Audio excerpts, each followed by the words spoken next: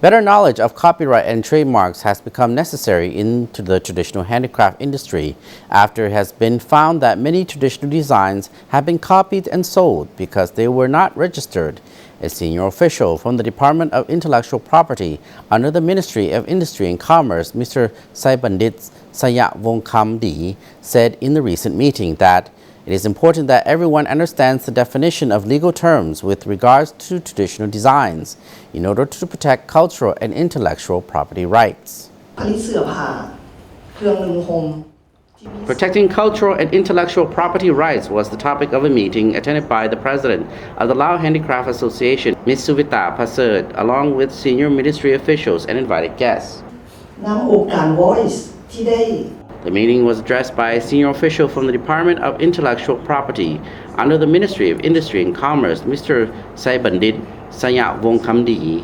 He said the issue of copyright was important after the Oma ethnic group in Pongsali province had clothing designs plagiarized by an Italian fashion brand.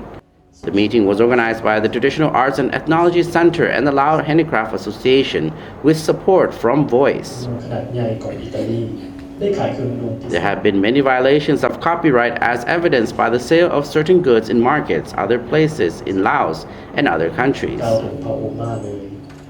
Better knowledge of copyright and trademarks have become necessary in the traditional handicraft industry after it has been found that many traditional designs have been copied and sold because they were not registered. สำหรับการปกป้องทรัพย์สินทางปัญญาทางด้านวัฒนธรรม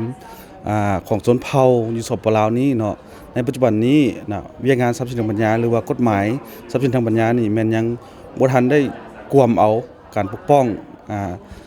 ศิลปะของชนเผ่าเถือเนาะฉะนั้นแล้ว Mr. Saibandit explained why tools like copyright and trademarks have limited use for traditional handicrafts. According to the co-director of the Traditional Arts and Ethnology Center, Ms. Thongkun Sutivilai, who explained how the center had been working with the Oma ethnic group and had documented their traditional designs in a database.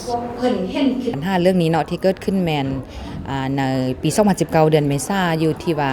เฮาเห็นว่าแมนมีบริษัทเสื้อผ้าของประเทศอิตาลีชื่อว่าแมกมาราเขาเจ้าใส่ลวดลายผ้าของชนเผ่าโอมาของประเทศเฮาเนาะอยู่บนว่าแมนเขาเจ้าบ่ได้ให้ชาวสร้างหัตถกรรมเฮาเป็นผู้ผลิตแต่ที่ลายเขาเจ้าใส่มันเป็นลายเป็นโครงลายของชนเผ่าโอมาเฮา The database will be copyrighted by the Department of Intellectual Property.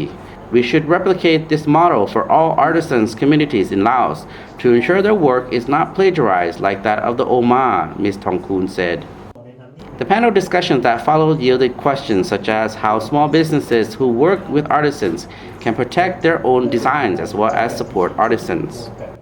ปัญหาลอกเลียนแบบก็เป็นปัญหาที่มันเกิดขึ้นมาตั้งแต่โดนแล้วเนาะแต่ว่าบ้านเฮาก็เป็นการดีเนาะที่ว่าพวกเฮากำลังเริ่มแล้วก็สร้างฐานข้อมูลเพื่อเป็นแบบอย่างแล้วก็เพื่อเป็นบอนอ้างอิงให้กับรัฐบาลเฮาเนาะเพื่อเข้าไปเจรจาในฐานอาเซียนเนาะ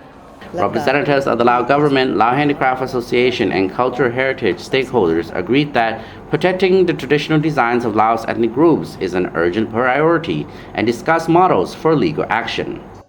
The event drew panelists and participants from the Ministry of Industry and Commerce, Ministry of Information, Culture and Tourism, and others, as well as handicraft businesses, young designers, village artisans, embassies, and non-governmental organizations. The meeting kicked off with a video about the importance of traditional cultural knowledge,